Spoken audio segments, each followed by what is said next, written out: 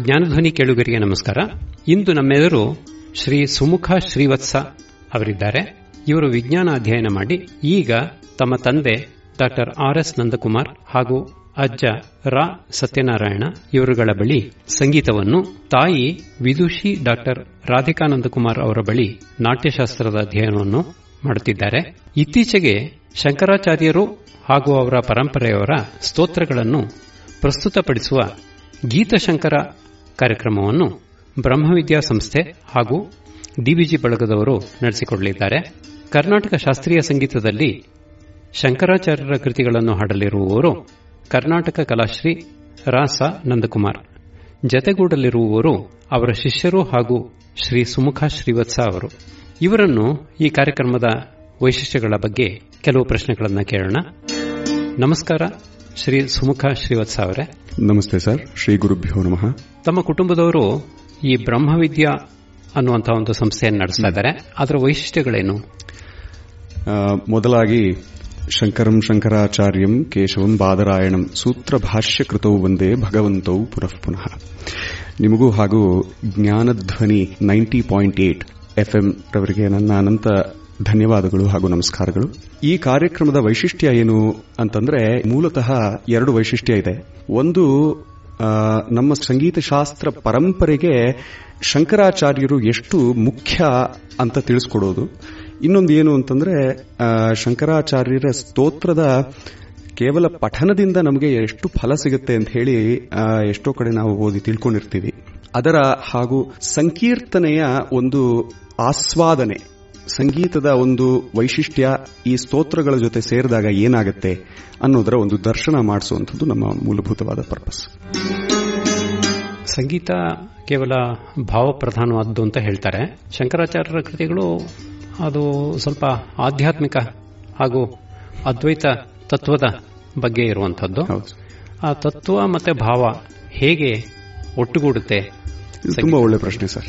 ಇದನ್ನ ನೋಡೋದಾದ್ರೆ ಶಂಕರಾಚಾರ್ಯರ ಭಗವದ್ಗೀತೆ ಭಾಷ್ಯದ 2ನೇ ಅಧ್ಯಾಯವನ್ನು ನಾವು ಅಲ್ಪ ಸ್ವಲ್ಪ ಅಧ್ಯಯನ ಮಾಡಿದ್ರೂ ನಮಗೆ ಉದ್ಭಾಸಿತವಾಗುವಂತಹ ತತ್ವ ಏನು ಅಂತಂದ್ರೆ, ಫಾರ್ ಎಕ್ಸಾಂಪಲ್ ಭಕ್ತಿ ಅನ್ನುವಂತಹ ಒಂದು ತತ್ವ ಏನಿದೆ, ಜ್ಞಾನಿಯಲ್ಲಿ ಯಾವ ಜ್ಞಾನ ಇದೆಯೋ ಅದೇ ಭಕ್ತನಲ್ಲಿ ಭಕ್ತವಾಗಿ ಉದ್ಭಾಸಿತವಾಗುತ್ತೆ ಅಂತ ಹೇಳಿ ಒಂದು ತಥ್ಯವನ್ನ ಶಂಕರ ಭಗವತ್ಪಾದಾಚಾರ್ಯರು ಹಾಗೂ ಭಕ್ತಿ ಪ್ರಧಾನವಾದಂತಹ ಶ್ರೀವೈಷ್ಣವಾಚಾರ್ಯರಾದಂತಹ ರಾಮಾನುಜಾಚಾರ್ಯರು ಇಬ್ಬರೂ ಉದ್ಭಾಸಿತವಾಗಿ ಮಾಡ್ತಾರೆ. ಸೊ ಈ ಭಕ್ತನಲ್ಲಿ ಯಾವ ಭಕ್ತಿ ಇದೆಯೋ ಮೂಲಭೂತವಾಗಿ ಜ್ಞಾನಿಯಲ್ಲಿರುವಂತಹ ಜ್ಞಾನದ ಸ್ವರೂಪವು ಅದೇ ಆಗಿದೆ ಅಂತ ಹೇಳಿ ನಮಗೆ ಅರ್ಥ ಆಗುತ್ತೆ. ಸೊ ಈ ರೀತಿಯಲ್ಲಿ ನೋಡಿದಾಗ ಈ ಭಕ್ತಿಗೂ ಭಾವಕ್ಕೂ ಹಾಗೂ ಜ್ಞಾನಮೂಲವಾದಂತಹ ಅದ್ವೈತ ಶ್ರುತಿ ಪ್ರತಿಪಾದ್ಯವಾದಂತಹ ಅದ್ವೈತ ತತ್ವಕ್ಕೂ ಭೇದ ಇಲ್ಲ ಅಂತ ಎಸ್ಟಾಬ್ಲಿಷ್ ಆಗುತ್ತೆ. ಶಂಕರಾಚಾರ್ಯರ ಸೂತ್ರಗಳನ್ನ ಒಂದು ಧಾಟಿಯಲ್ಲಿ ಹೇಳ್ತಾರೆ. ಹೌದು. ಯಾವ ರೀತಿ ಅದನ್ನ ಬೆಳೆಸ್ತಾರೆ? ತುಂಬಾ ಒಳ್ಳೆ ಪ್ರಶ್ನೆ. ಈ ಭಾವ ಆದ್ರೆ ಬೆಳೆಸಬಹುದು, ಕರೆಕ್ಟ್ ಆಲಾಪನೆ ಮಾಡ್ಕೊಂಡು ಏನೋ. ಆದ್ರೆ ಇದರಲ್ಲಿ ಆ ತರದ್ದೇನೂ ಇಲ್ಲ. ಈಗ ಭಗವದ್ಗೀತೆ ಸುಮಾರು ಜನ ಹಾಡ್ತಾರೆ, ಅದು ಒಂದು ಮಟ್ಟು ಒಂದು ಧಾಟಿಯಲ್ಲಿ ಹೇಳ್ಕೊಂಡು ಹೋಗ್ತಾರೆ. ಅಲ್ಲಿ ಇರುವಂತದ್ದು ಟೆಕ್ಸ್ಟಿಗೆ ಹೆಚ್ಚಿನ ಒಂದು ಒತ್ತು ಇರುತ್ತೆ. ಇಲ್ಲೂ ಕೂಡ ಹಾಗೇನೆ. ಅದು ಹೇಗೆ ಸಂಗೀತದಲ್ಲಿ ಅದನ್ನು ಬೆಳೆಸೋದು ಹೇಗೆ ನೀವು ಅದನ್ನ? ಅದು ಒಂದು ರೀತಿಯಲ್ಲಿ ಸತ್ಯ ಸರ್. ಅಂದ್ರೆ ಉತ್ಕೃಷ್ಟವಾದಂತಹ ಸಾಹಿತ್ಯ ಶಂಕರರದು ಅಂತ ಹೇಳಿದ್ರೆ ಸುಳ್ಳಾಗೋದಿಲ್ಲ. ಈ ಉತ್ಕೃಷ್ಟತೆ ಮಾತ್ರ ಅಲ್ಲದೆ ಇವಾಗ ಎಷ್ಟೋ ಜಾಗದಲ್ಲಿ ಸರಳತೆಯನ್ನು ಅವರು ತೋರಿಸಿದ್ದಾರೆ. ಅವ್ರ ಸಾಹಿತ್ಯದಲ್ಲಿ ಎಲ್ಲ ಛಂದೋಬದ್ಧವಾಗಿ ಬ್ಯೂಟಿಫುಲ್ ಆಗಿರುತ್ತೆ. ಅಷ್ಟೇ ಅಲ್ಲದೆ ಈಗ ಮಕ್ಕಳಿಗೆ ಹೇಳ್ಕೊಡಕ್ಕೂ ಮೊದಲು ಸ್ವಲ್ಪ ಕಷ್ಟ ಅಂತ ಅನ್ನಿಸಬಹುದೇನೋ, ಆದ್ರೆ ಇದು ಸಾತ್ವಿಕ ಸುಖದ ಮಾರ್ಗ. ಸೊ ಸ್ವಲ್ಪ ನಾವು, ಯಾಕೆಂದ್ರೆ ನಮಗೆ ಕಲಿಯುಗದ ಒಂದು ಪರಿಣಾಮದಿಂದ ಅಂತ ಹೇಳಬಹುದೋ, ಇಲ್ಲ ಇವಾಗಿರುವಂತಹ ಪೋಸ್ಟ್ ಇಂಡಿಪೆಂಡೆನ್ಸ್ ಇಂಡಿಯಾನಲ್ಲಿ ಮೆಕಾಲೆ ಸಿಸ್ಟಮ್ ಆಫ್ ಎಜುಕೇಶನ್ ನಲ್ಲಿ ಸಂಸ್ಕೃತದ ಒಂದು ಅಧ್ಯಯನ ಜಾಸ್ತಿ ಇಲ್ಲದೇ ಇರೋದ್ರಿಂದ ನಮಗೆ ತುಂಬಾ ಉತ್ಕೃಷ್ಟ ಅಂತ ಅನ್ನಿಸಬಹುದೇನೋ, ಆದ್ರೆ ಸ್ವಲ್ಪ ಅದರ ತೇನಾಸ್ಯ ಶ್ರವಣ ತದರ್ಥ ಮನನ ಧ್ಯಾನಾಚ್ಚ ಸಂಕೀರ್ತನಾತ್ ಅಂತ ಶಂಕರ ಭಗವತ್ಪಾದಾಚಾರ್ಯರೇ ಹೇಳ್ತಾರೆ. ನಾವೇನ್ ಮಾಡಬೇಕು ಅಂತಾನು ಶಂಕರಾಚಾರ್ಯರೇನೆ ಶ್ರೀಕೃಷ್ಣ ಪರಮಾತ್ಮ ಹೇಗೆ ಕರ್ಮಯೋಗದಲ್ಲಿ ಹೇಳ್ತಾನೋ ಅದೇ ರೀತಿ ಹೇಳ್ತಾರೆ. ಅಷ್ಟು ಮಾಡಿದ್ರೆ ಅದರ ಫಲ ನಮಗೆ ಸಿಗಕ್ಕೆ ಶುರು ಆಗುತ್ತೆ. ಸೊ ಇಲ್ಲಿ ಏನಾಗುತ್ತೆ ಅಂತಂದ್ರೆ ಸಂಗೀತ ಶಾಸ್ತ್ರದಲ್ಲಿ ಇದೆಲ್ಲದರ ಔಚಿತ್ಯವನ್ನ ಮುಂಚೆಯಿಂದ ಡಿಫೈನ್ ಮಾಡಿದ್ದಾರೆ. ಸಂಗೀತ ಶಾಸ್ತ್ರ ಅಂತನ್ನುವಂಥದ್ದು ಒಂದ್ ಕಡೆ ನಾವು ಫಾರ್ಮ್ ಅಂತ ನೋಡಿದ್ರೆ ಇನ್ನೊಂದ್ ಕಡೆ ಕಂಟೆಂಟ್ ಅಂತ ನೋಡ್ಬೇಕಾಗತ್ತೆ. ಸೊ ಈ ಫಾರ್ಮು ಹಾಗೂ ಕಂಟೆಂಟ್ ಏನಿದೆ, ಈ ಫಾರ್ಮಿನ ಕಾಂಪ್ಲೆಕ್ಸಿಟಿ ಇವಾಗ ಎಲ್ಲ ಸಂಗೀತಗಾರರು ಫಾಲೋ ಮಾಡ್ತಾ ಇದ್ದಾರೆ. ಈಗ ತೋಡಿ ರಾಗ ಹಾಡೋದೇ ಆದ್ರೆ ಈ ಗಾಂಧಾರ ಹಾಗೂ ಗಾಂಧಾರದಲ್ಲಿ ಬರುವಂತಹ ಒಂದು ಕಂಪಿತ ಗಮಕ, ಗಾಂಧಾರ ನಿಷಾದಗಳ ಕಂಪಿತ ಗಮಕಗಳು, ಈ ಗಮಕ ಶೈಲಿಯಿಂದ ಈ ತೋಡಿ ಎನ್ನುವಂತಹ ರಾಗ ಎಸ್ಟಾಬ್ಲಿಷ್ ಆಗುತ್ತೆ. ಅದೇ ನಾವು ಸಿಂಧು ಭೈರವಿ ಅನ್ನುವಂತಹ ರಾಗ ನೋಡಿದ್ರೆ ಅದೇ ಸ್ವರಗಳೇ ಸಿಂಧು ಭೈರವಿಯಲ್ಲಿ ಬರೋದು. ಗಾರಿ ಅಂತ ಹಾಡಿದ್ರೆ ತೋಡಿ ಆಗುತ್ತೆ. ನಿಜ ಗ ಮ ಪದ ಪ ಮ ಪ ಗಾರಿ ಅಂತಾನೂ ಹಾಡಬಹುದು ನನ್ನನ್ನ. ಸಿಂಧು ಭೈರವಿನಲ್ಲಿ ಇನ್ನೂ ಇತರೆ ಸ್ವರಗಳ ಪ್ರಯೋಗಗಳು ನಾವು ಮಾಡಬಹುದು. ಆದರೆ ಮೂಲಭೂತವಾಗಿ ಅದೇ ಸ್ವರಗಳು ಬರುತ್ತೆ, but it gives A completely different feeling. ಇದು ಹೇಗೆ ಹೀಗೆ ಸಾಧ್ಯ ಅಂದ್ರೆ ಆ ಗಾಂಧಾರದ ಒಂದು ಗಮಕ ಶೈಲಿಯನ್ನ ನಾವು ಹೇಗೆ ಯೂಸ್ ಮಾಡಬಹುದು, ಈ ಕಂಪಿತ ಗಮಕವನ್ನು ನಾನು ಹೇಗೆ ಯೂಸ್ ಮಾಡಬಹುದು, ಇದಕ್ಕೆ ಕಂಬೈನ್ ಮಾಡಿದಂತಹ ಇನ್ನ ದಶವಿಧ ಗಮಕಗಳಲ್ಲಿ ಎಷ್ಟಿದೆ, ಈ ಗಮಕಗಳನ್ನ ನಾನು ಇದಕ್ಕೆ ಅಳವಡಿಸಿದ್ರೆ ಏನಾಗುತ್ತೆ, ಇದರಲ್ಲಿ ಒಂದು ಫಾರ್ಮಿನ ಕಾಂಪ್ಲೆಕ್ಸಿಟಿ ಇದೆ. ಈ ಫಾರ್ಮಿನ ಕಾಂಪ್ಲೆಕ್ಸಿಟಿ ಆಕ್ಚುಲಿ ನಾವು ಈಗ ಸದ್ಯಕ್ಕೆ ಇರುವಂತಹ ಪರಿಸ್ಥಿತಿಯಲ್ಲಿ ಏನಾಗೋಗುತ್ತೆ ಅಂದ್ರೆ, ನಮ್ಮ ಹತ್ರ ಎಲ್ಲ ಸಂಗೀತ ಕಲಿತಾರೆ, ನಮ್ಮ ತಂದೆ ಹತ್ರ ಕಲ್ತವರು ಎಷ್ಟೋ ಜನ ಬೇರೆ easy music as we would call it, film ಸಂಗೀತ, ಭಾವಗೀತೆ, ಇದಕ್ಕೆ ಅದು ತಪ್ಪಲ್ಲ, ಒಂದು ರೀತಿಯಲ್ಲಿ ನೋಡಿದ್ರೆ ತಪ್ಪಲ್ಲ ಅಂತ ಹೇಳಬಹುದೇನೋ. ಆದ್ರೆ ಶಾಸ್ತ್ರೀಯ ಸಂಗೀತ ಯಾಕೆ ಬೇಕು ಅಂದ್ರೆ, ಅಧ್ಯಾತ್ಮ ವಿಚಾರದಲ್ಲಿ ಅಧ್ಯಾತ್ಮ ಅನ್ನುವಂತಹ ತತ್ವವೇ ಆಕ್ಚುಲಿ ತುಂಬಾ ಸೂಕ್ಷ್ಮವಾದಂತಹ ತತ್ವ. ಉಪನಿಷತ್ ಪ್ರತಿಪಾದ್ಯವಾದಂತಹ ತತ್ವ ಏನಿದೆ ಇದು ತುಂಬಾ ಸೂಕ್ಷ್ಮವಾಗಿದೆ. ಸೊ ಕ್ಲಾಸಿಕಲ್ ಮ್ಯೂಸಿಕ್ ಏನಿದೆ, ಇದರ ಈ ಫಾರ್ಮಿನ ಉತ್ಕೃಷ್ಟತೆಯನ್ನ ಶಾಸ್ತ್ರ ಬಲ್ಲವನು ಬಳಸಿಕೊಂಡು ಈ ಕಂಟೆಂಟಿನ ಉತ್ಕೃಷ್ಟತೆಗೆ ನಾವು ಅಪ್ಲೈ ಮಾಡಿದ್ರೆ, ಅಂದ್ರೆ ಈ ತೋಡಿ, ಸಿಂಧು ಭೈರವಿ, ಭೈರವಿ ಈ ತರ ರಾಗಗಳನ್ನ ನಾವು ಶಂಕರಾಚಾರ್ಯರ ಸ್ತೋತ್ರಗಳಿಗೆ, ಉಪನಿಷತ್ ವಾಕ್ಯಗಳಿಗೆ, ಪ್ರಕರಣ ಗ್ರಂಥದ ವಾಕ್ಯಗಳಿಗೆ ನಾವು ಅಳವಡಿಸಿದರೆ ಇದರಲ್ಲಿರುವಂತಹ ಸೂಕ್ಷ್ಮ ತತ್ವಗಳು ಉದ್ಭಾಸಿತವಾಗುತ್ತೆ. ಅದರಲ್ಲಿರುವಂತಹ ಪ್ರಕಾಶ, ಅದರಲ್ಲಿ ಒಂದು ಸ್ಪೆಕ್ ನಮ್ಮನ್ನ ಮುಟ್ಟಕ್ಕೆ ಸಾಧ್ಯವಾಗುತ್ತೆ. ಸೊ ಈ ಒಂದು ಸ್ಪೆಕ್ ನಮ್ಮನ್ನು ಮುಟ್ಟಬಿಟ್ರೆ ನಾವು ಉದ್ಧಾರ ಆಗೋಗ್ತೀವಲ್ಲ ಸರ್. ಸೊ ಹೀಗಿರೋದ್ರಿಂದಾಗಿ ಈ ಕ್ಲಾಸಿಕಲ್ ಮ್ಯೂಸಿಕ್ಕಿನ ಆಕ್ಚುಯಲ್ ಫಾರ್ಮ್ ಏನಿದೆ ಇದನ್ನ ನಾವು ಬಳಸಬೇಕು ಅಂತ ಆಗೋ ಹಾಗಿದ್ರೆ ಅದನ್ನ ಅಧ್ಯಾತ್ಮಕ್ಕೇನೆ ಬಳಸಬೇಕು. ಸೊ ಈ ಅಧ್ಯಾತ್ಮಕ್ಕೆ ಬಳಸಿದ್ರೆ, ಶಂಕರಾಚಾರ್ಯರ ಉತ್ಕೃಷ್ಟವಾದ ಲಿರಿಕ್ಸ್ಗೆ ಬಳಸಿದ್ರೆ ಅದು ಸಾತ್ವಿಕ ಸುಖಕ್ಕೆ ಒಂದು ಮಾರ್ಗವನ್ನ ಏರ್ಪಡಿಸಿಕೊಡುತ್ತೆ. ಸೊ ಇದು ನ್ಯಾಚುರಲ್ ಒಂದು ಪಾರ್ಟ್ನರ್ಶಿಪ್ ಇದೆ ಇಲ್ಲಿ. ಸಂಗೀತ ಶಾಸ್ತ್ರದ ಪರ್ಪಸ್ಸು ಇದೇನೆ. ಕನ್ನಡ ಕಾವ್ಯಗಳನ್ನ ಗಾಯನ ಮಾಡ್ತಾರಲ್ಲ, ಅಥವಾ ಕಾವ್ಯ ವಾಚನ ಅಂತ ಹೇಳ್ತಾರೆ ಅದಕ್ಕೆ, ಅದರಲ್ಲಿ ಗಮಕದಲ್ಲಿ ರಾಗಗಳನ್ನ ಬಳಸೋ ಹಾಗೆ ನೀವು ಇದಕ್ಕೆ ರಾಗಗಳನ್ನ ಬಳಸ್ತೀರಾ. ಈ ಸ್ತೋತ್ರಗಳ ಭಾವ ಮತ್ತೆ ಅರ್ಥವನ್ನ ಯಾವ ರೀತಿ ಹೊರಹೊಮ್ಮಿಸ್ತೀರಾ, ಮತ್ತೆ ರಾಗಗಳು, ತಾಳಗಳ ಆಯ್ಕೆ ಹೇಗೆ ಅಲ್ಲಿ? ತುಂಬಾ ಒಳ್ಳೆ ಪ್ರಶ್ನೆ ಸರ್. ಫಾರ್ ಎಕ್ಸಾಂಪಲ್, ಶಂಕರಾಚಾರ್ಯರ ಕಾಶಿ ಪಂಚಕ ತುಂಬಾ ಉತ್ಕೃಷ್ಟವಾದಂತಹ ಸಾಹಿತ್ಯ ಇದೆ. ಫಸ್ಟ್ ಅಟ್ ದಿ ಔಟ್ಸೆಟ್ ನಾವು ನೋಡ್ಬೇಕಾದ್ರೆ ತಾಳ ತುಂಬಾ ಸುಲಭವಾಗಿದೆ, ಸಿಂಪಲ್ ಆಗಿದೆ ಅಂತ ಕಾಣುತ್ತೆ. ಆದ್ರೆ ಆ ಲಿರಿಕ್ಸ್ ಎಷ್ಟು ಬ್ಯೂಟಿಫುಲ್ ಆಗಿದೆ ಅಂತಂದ್ರೆ, ಮಧ್ಯದಲ್ಲಿ ನಾವು ಬ್ರೇಕ್ ಗಳನ್ನ ಕೊಡಬೇಕಾಗತ್ತೆ. ಒಂದಷ್ಟು ಕಾಶ್ಯಾಂ ಹಿ ಕಾಶತೆ ಕಾಶಿ ಕಾಶಿ ಸರ್ವಪ್ರಕಾಶಿಕ ಅಂತಾರೆ ಶಂಕರಾಚಾರ್ಯ. ಕಾಶ್ಯಾಂ ಹಿ ಕಾಶತೆ ಕಾಶಿ ಕಾಶಿ ಸರ್ವಪ್ರಕಾಶಿಕ. ಸೊ ಇಷ್ಟು ಸುಂದರವಾಗಿರುವಂತಹ ಲಿರಿಕ್ಸ್ ಅನ್ನ ನಾವು ಅರ್ಥ ಮಾಡ್ಕೋಬೇಕಾಗಿದ್ರೆ ಅಲ್ಲಿ ತಾಳದನ್ನ ನಾವು ಹೇಗೆ ಅದನ್ನ ಸ್ವಲ್ಪ ನಿಲ್ಲಿಸಬೇಕು, ಅದರಲ್ಲಿ ಶಾಸ್ತ್ರೀಯ ಸಂಗೀತದಲ್ಲಿ ಮಧ್ಯದಲ್ಲಿ ನಿಲ್ಲಿಸಿ ಒಂದು ಉಗಾಭೋಗದ ರೀತಿಯಲ್ಲಿ ಹಾಡುವಂತಹ ಪದ್ಧತಿ ಎಲ್ಲ ಇದೆ. ಈ ಫಾರ್ಮ್ ಅನ್ನ ಉಪಯೋಗಿಸಿಕೊಂಡು ಮಧ್ಯದಲ್ಲಿ ಯಾವ ರೀತಿ ನಾವು ಶಾಸ್ತ್ರಜ್ಞಾನವನ್ನು ಬಳಸಬಹುದು ಅಂತ ಹೇಳಿ ನೋಡಿಕೊಂಡು ಅದಕ್ಕೆ ತಕ್ಕಾದಂತಹ ತಾಳ, ಅಂದ್ರೆ ತುಂಬಾ ಉತ್ಕೃಷ್ಟವಾಗಿ ಸಿಂಹನಂದನ, ಶರಭನಂದನ ತಾಳಗಳನ್ನ ನಾವೇನು ಉಪಯೋಗಿಸೋದಿಲ್ಲ.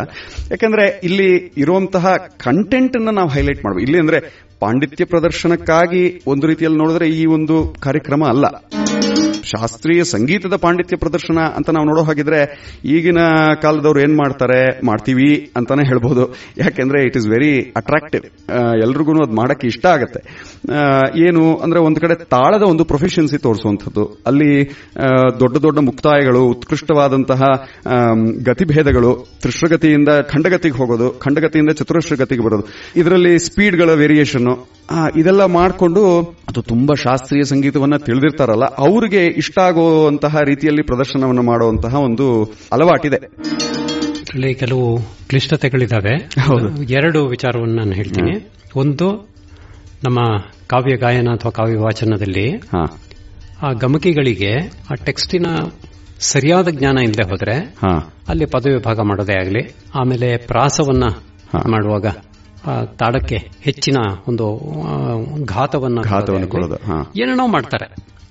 ಆಮೇಲೆ ಇನ್ನೊಂದು ವಿಚಾರ, ಈ ವೇದ ಪಠಣದಲ್ಲಿ ಸ್ವರ ಭಿನ್ನವಾದರೆ ಅರ್ಥವೂ ಭಿನ್ನವಾಗುತ್ತೆ.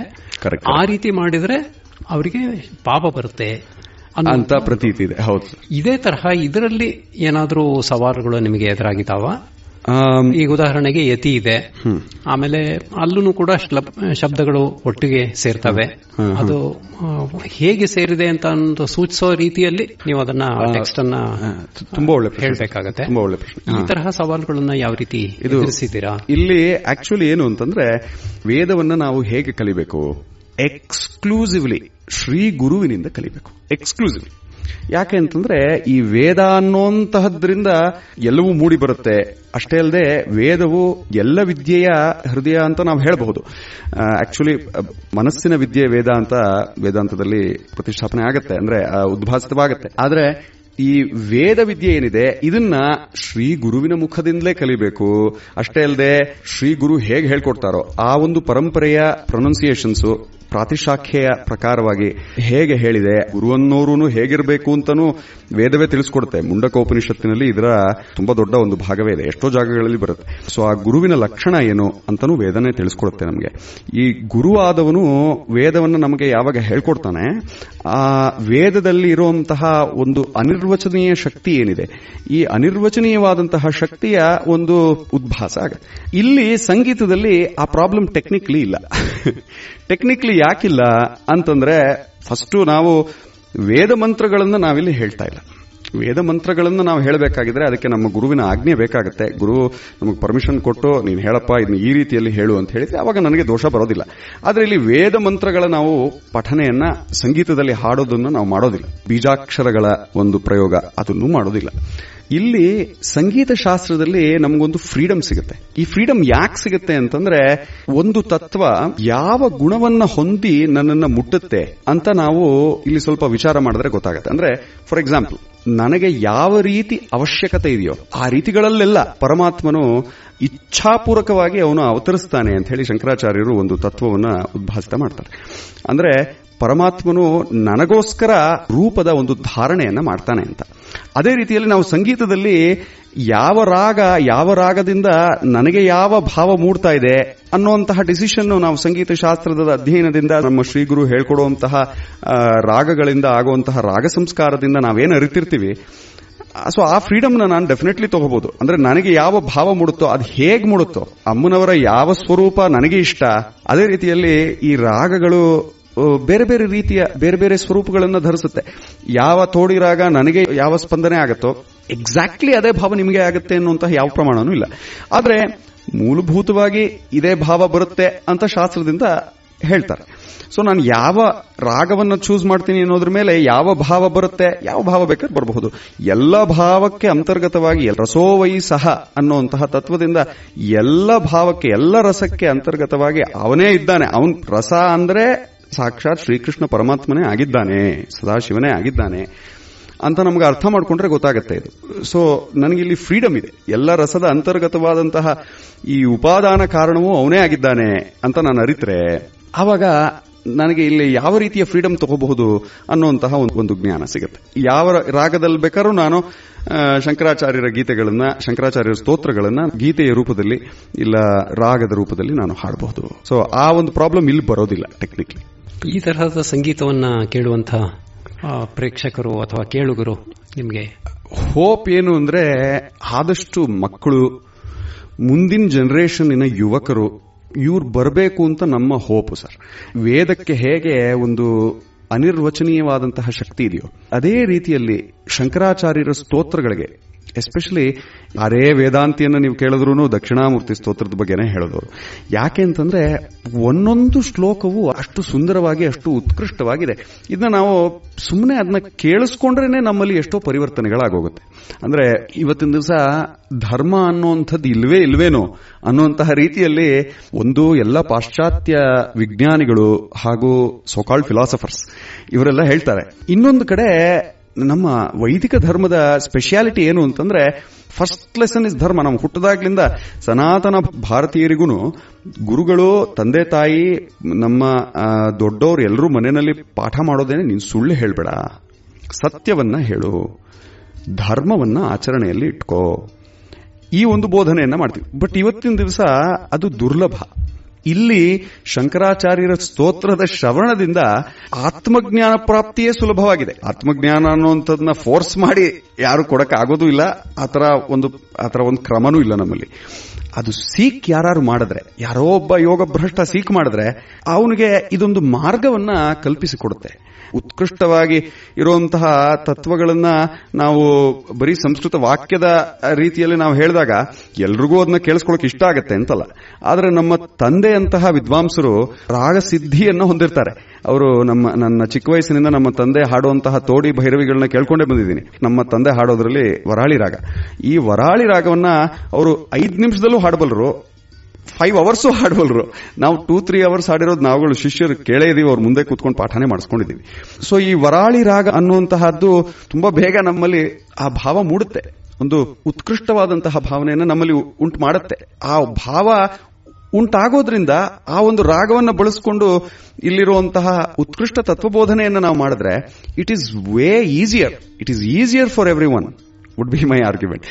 ಎಲ್ರಿಗೂ ಸುಲಭವಾಗಿ ಆ ತತ್ವಬೋಧ ಆಗತ್ತೆ. ಈ ತತ್ವಬೋಧದಿಂದ ಆಗೋದು ಎಲ್ಲವೂ ಒಳ್ಳೆಯದೇ, ಧರ್ಮ ಪ್ರಚೋದಕವಾಗಿರುತ್ತೆ, ಸತ್ಯದ ಒಂದು ವೈಶಿಷ್ಟ್ಯವನ್ನು ತಿಳಿಸ್ಕೊಡುತ್ತೆ. ಇದೆಲ್ಲ ಅನಿರ್ವಚನೀಯ ಶಕ್ತಿಯಿಂದ ನಮಗೆ ಅದಾಗದೆ ಆಗತ್ತೆ. ಈ ಹಿಂದೆ ಈ ತರಹದ ಕಾರ್ಯಕ್ರಮ ನೀಡಿದ ಅನುಭವಗಳೇನು? ತುಂಬಾ ಒಳ್ಳೆ ಪ್ರಶ್ನೆ ಸರ್. ಒಂದು ರೀತಿಯಲ್ಲಿ ನೋಡೋ ಹಾಗಿದ್ರೆ ದಿಸ್ ಇಸ್ ದಿ ಫಸ್ಟ್. ಯಾಕೆಂದ್ರೆ ಇಲ್ಲಿ ನಾವು ಸಂಗೀತ ಶಾಸ್ತ್ರದ ಒಂದು ತತ್ವಗಳನ್ನ ಎಸ್ಟಾಬ್ಲಿಷ್ ಮಾಡಕ್ಕೆ ಪ್ರಯತ್ನ ಪಡ್ತಾ ಇದೀವಿ. ಅದ್ರ ಜೊತೆಗೆ ಸಂಗೀತ ಶಾಸ್ತ್ರ ಹೇಗೆ ಅಂತಂದ್ರೆ ಆ ಸಂಗೀತ ಶಾಸ್ತ್ರದ ಹೃದಯ ಯಾರು? ಸಾಕ್ಷಾತ್ ಶಂಕರರೇ ಅಂತ ನಾವು ಹೇಳ್ತಾ ಇದ್ವಿ. ಇದು ಎಷ್ಟೋ ರೀತಿಗಳಲ್ಲಿ ನಾವು ಎಸ್ಟಾಬ್ಲಿಷ್ ಮಾಡಬಹುದು. ಶ್ರೀ ವಿದ್ಯಾರಣ್ಯರೇನೆ ಹೇಗೆ ಸಂಗೀತ ಶಾಸ್ತ್ರಕ್ಕೆ ಪ್ರಪಿತಾಮಹ ಆಗ್ತಾರೆ ಅಂತ ಹೇಳಿ ಎಷ್ಟೋ ಈ ದೇಶದ ವಿದ್ವಾಂಸರು ಎಲ್ಲರೂ ಹೇಳಿದ್ದಾರೆ. ಶತಾವಧಾನಿ ರಾ ಗಣೇಶ್ ಅವರಂತೂ ಹೇಳ್ತಾನೆ ಬಂದಿದ್ದಾರೆ. ನಮ್ಮ ತಾತನವರು ಅದನ್ನ ಒಪ್ತಾ ಇದ್ರು ಅಂತ ನನಗೆ ಜ್ಞಾಪಕ. ನಮ್ಮ ತಂದೆಯವರು ಹೇಳ್ತಾರೆ, ಶ್ರೀ ವಿದ್ಯಾರಣ್ಯರು ಕೊಟ್ಟಂತಹ ಮೇಳಾ ಸಿಸ್ಟಮ್ ಇಂದ ಅದಾದ್ಮೇಲೆ ಚತುರ್ದಂಡಿ ಪ್ರಕಾಶಿಕೆ ಅಂತ ಹೇಳಿ ಒಂದು ಗ್ರಂಥ ಬಂತು ಸಂಗೀತ ಶಾಸ್ತ್ರದಲ್ಲಿ. ಈ ಗ್ರಂಥಗಳನ್ನ ಬೇಸ್ ಮಾಡ್ಕೊಂಡು ಇದರಲ್ಲಿರುವಂತಹ ತತ್ವ ಇವತ್ತಿನ ದಿವಸ ಏನಾಗುತ್ತೆ ಅಂದ್ರೆ ಶಾಸ್ತ್ರಕ್ಕಾಗಿ ಫಸ್ಟ್ ಪಾಯಸ ತಿನ್ಬೇಕು ಅಂತಾರಲ್ಲ, ಆತರ ಅದು ಶಾಸ್ತ್ರ ಅಂತ ಎಲ್ಲರೂ ಅನ್ಕೊಂಡ್ಬಿಟ್ಟಿದ್ದಾರೆ.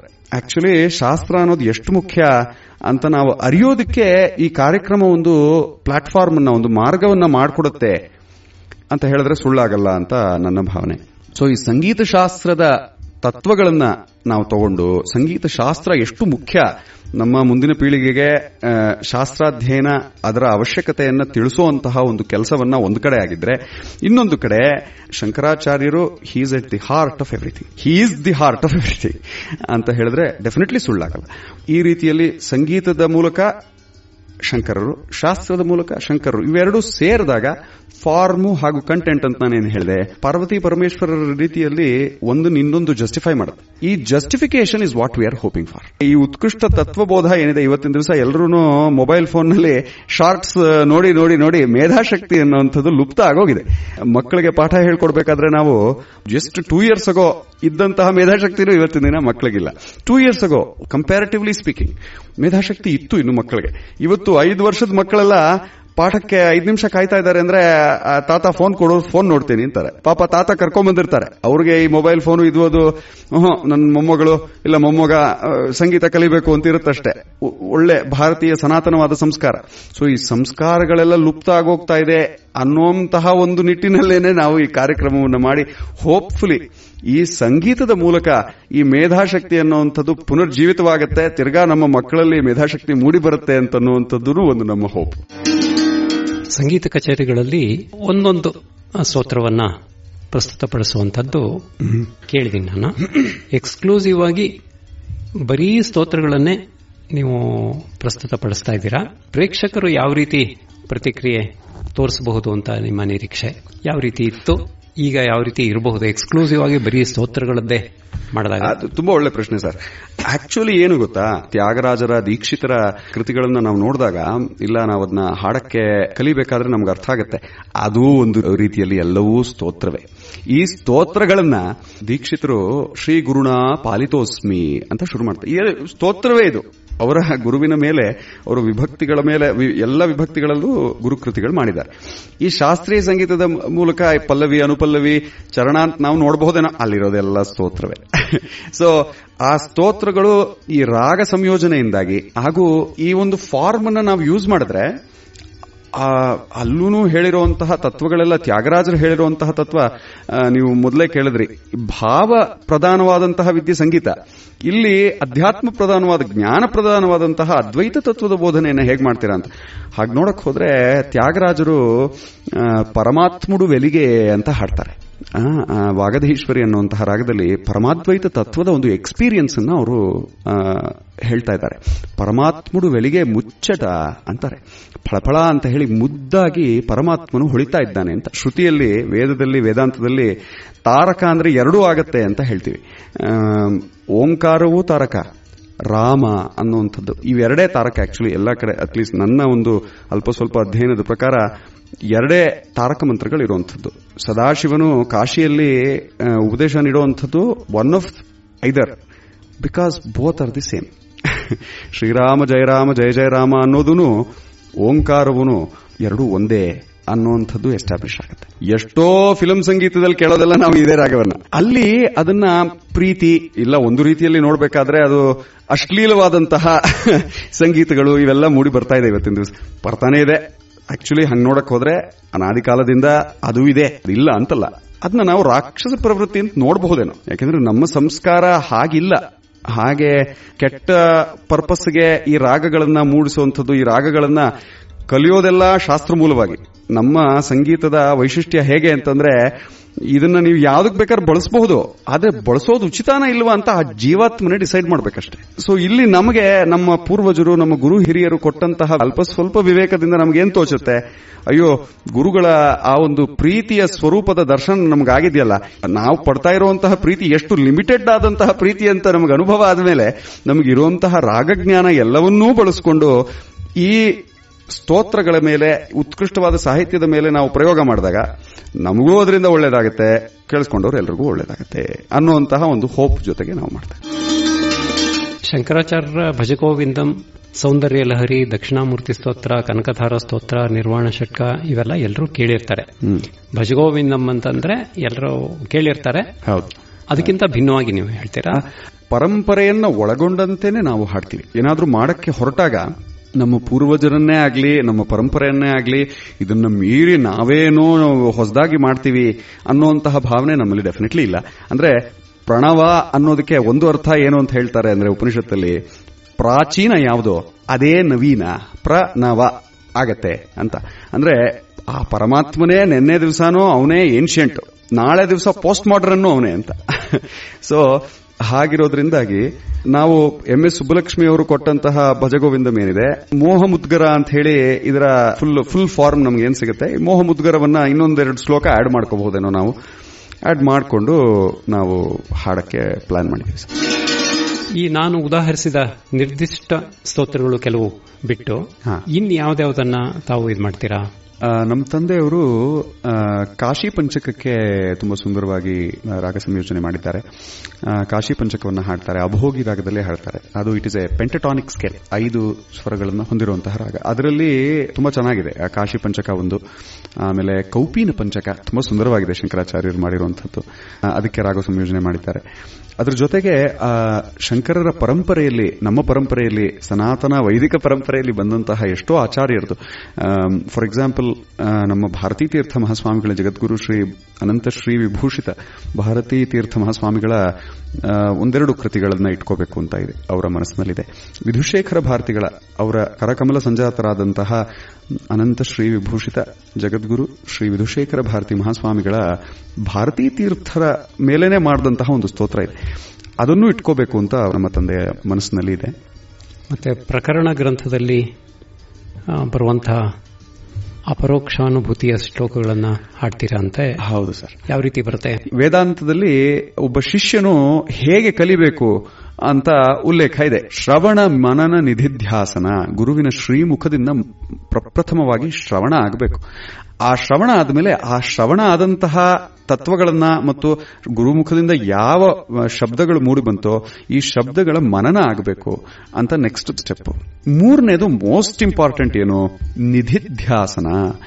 ಈ ನಿಧಿಧ್ಯಾಸನ ಮಾಡೋದಿಕ್ಕೆ ಎಲ್ಲ ವೇದಾಂತದ ಸ್ಟೂಡೆಂಟ್ಸೂನು ಅಪರೋಕ್ಷಾನುಭೂತಿ ಅನ್ನುವಂತಹ ಉದ್ಗ್ರಂಥದ ಅಧ್ಯಯನ ಒಂದಲ್ಲ ಇನ್ನೊಂದ್ಸತಿ ಮಾಡಲೇಬೇಕಾಗತ್ತೆ. ಅಷ್ಟು ಸುಂದರವಾಗೂ ಇದೆ ಅದು. It is very attractive.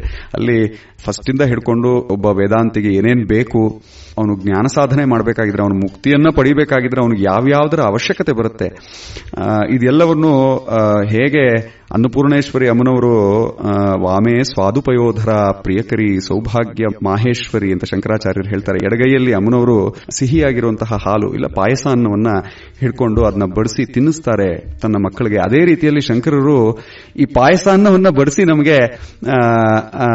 ನಮಗೆ ಬೋಧನೆಯನ್ನ ಮಾಡ್ತಾರೆ. ಪಾಯಸ ಅನ್ನವನ್ನು ತಿನ್ನಿಸ್ತಾರೆ. ಅದರ ಒಂದು ಆಸ್ವಾದನೆ ಎಲ್ಲರಿಗೂ ಆಗಬೇಕು ಅನ್ನುವಂತಹ ಒಂದು ನಿಟ್ಟಿನಲ್ಲಿ ನಿಧಿಧ್ಯಾಸನ ಅಂತಂದ್ರೆ ಅದೇ ತತ್ವವನ್ನು ನಾವು ತಿರ್ಗಾ ಅದ್ರ ಬಗ್ಗೆನೇ ಯೋಚನೆ ಮಾಡಬೇಕು.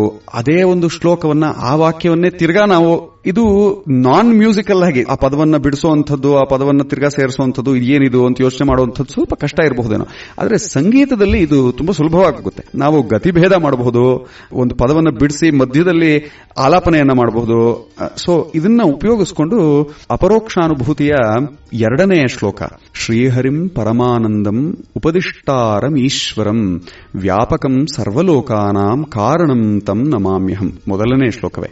ಈ ಶ್ಲೋಕವನ್ನ ಬಳಸಿಕೊಂಡು ಇದರಲ್ಲಿ ಒಂದು ಸಣ್ಣದಾದಂತಹ ರಾಗತಾನ ಪಲ್ಲವಿಯನ್ನ ಹಾಡಬೇಕು ಅಂತ ಹೇಳಿ ನಮ್ಮ ತಂದೆಯವರಿಗೆ ಮನಸ್ಸಾಯ್ತು. ಯಾಕೆಂದ್ರೆ ಈ ರಾಗತಾನ ಪಲ್ಲವಿಯಲ್ಲಿ ಒಂದು ಕಡೆ ಫಸ್ಟ್ ನಾವು ಈ ಫಾರ್ಮ್ ನ ಒಂದು ಎಕ್ಸಲೆನ್ಸ್ ನ ಡಿಸ್ಪ್ಲೇ ಮಾಡಿ, ಫಾರ್ಮ್ ನಲ್ಲಿ ಅಂದ್ರೆ ಯಾವ ರಾಗಕ್ಕೆ ಇದನ್ನ ಸೆಟ್ ಮಾಡ್ತಾರೋ ಆ ರಾಗದ ವೈಶಿಷ್ಟ್ಯವನ್ನ ತಿಳಿಸುವಂತದ್ದು ಫಸ್ಟ್ ಸ್ಟೆಪ್.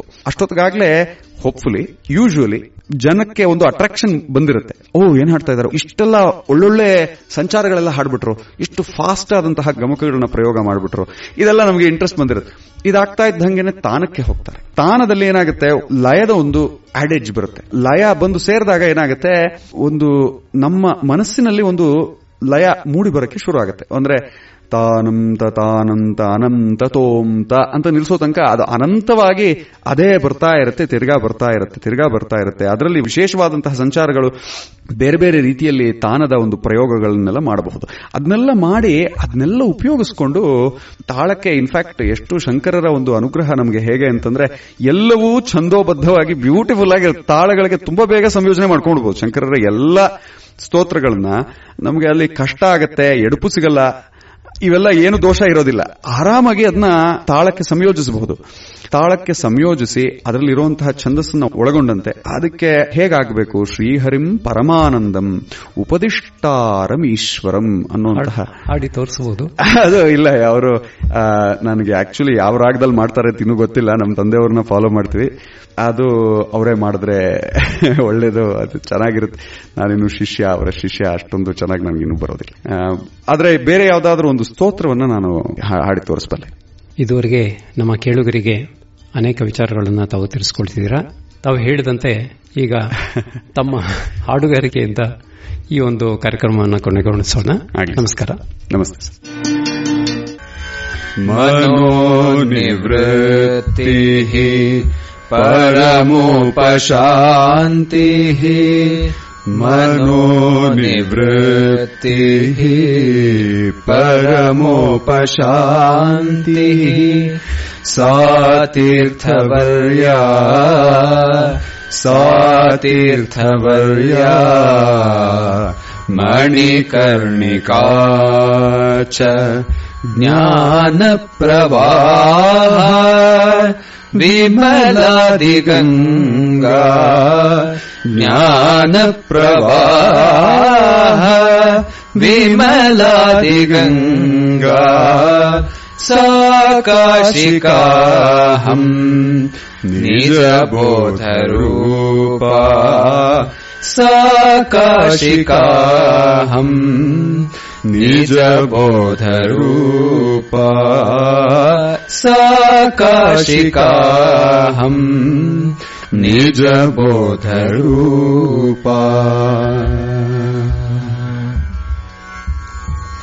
यस्यामिदम् कल्पितम् इन्द्रजालम् यस्यामिदम् कल्पितम् इन्द्रजालम् चराचरम् भाति मनोविलासम् चराचरम् भाति मनोविलासम् सच्चित्सुखैका परमात्मरूपा सच्चित्सुखैका परमात्मरूपा साकाशिकाहम् साकाशिकाहम् साकाशिकाहम् निजबोधरूपा साकाशिकाहम् निजबोधरूपा निजबोधरूपा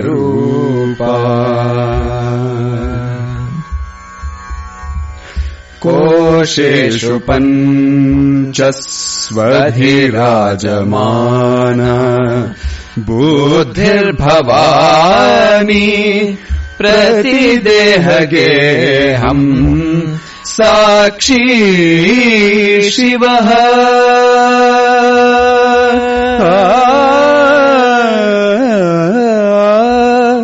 साक्षी शिवः सर्वगतो अन्तरात्मा साक्षी शिवः सर्वगतो अन्तरात्मा साकाशिकाहम्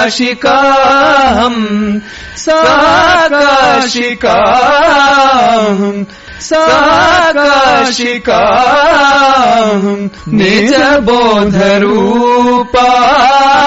साकाशिकाहम् निजबोधरूपा निजबोधरूपा काश्याम् हि काशते काशी काशी सर्वप्रकाशिका सा काशी विदिता येन तेन प्राप्ता हि काशिका काशीक्षेत्रम् शरीरम् त्रिभुवनजननी व्यापिनी काशीक्षेत्रम् शरीरम् त्रिभुवनजननी व्यापिनी ज्ञानगङ्गा ज्ञानगङ्गा ज्ञानगङ्गा ज्ञानगङ्गा भक्तिश्रद्धागयेयम् निजगुरुचरणध्यानयोगः प्रयागः प्रयागः विश्वेशोऽयम् तुरीयः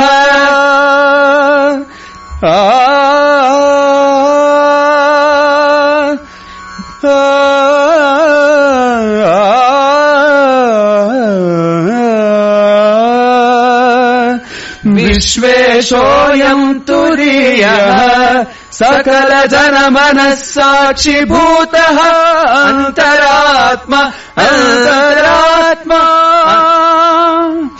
विश्वेशोऽयम् तुरीयः सकल जनमनः साक्षिभूतः अन्तरात्मा अन्तरात्मा देहे सर्वम् मदीये यदि वसति पुनस्तीर्थम् अन्यत् किमस्ति अन्यत् किमस्ति अन्यत् किमस्ति इति श्रीमत् परमहंस परिव्राजकाचार्यवर्यस्य श्रीमद्गोविन्द भगवत्पूज्य पादशिष्यस्य ಶ್ರೀಮದ್ ಆದಿಶಂಕರಃ ಕೃತೌ ಕಾಶೀ ಪಂಚಕಂ ಕಾಶೀ ಪಂಚಕಂ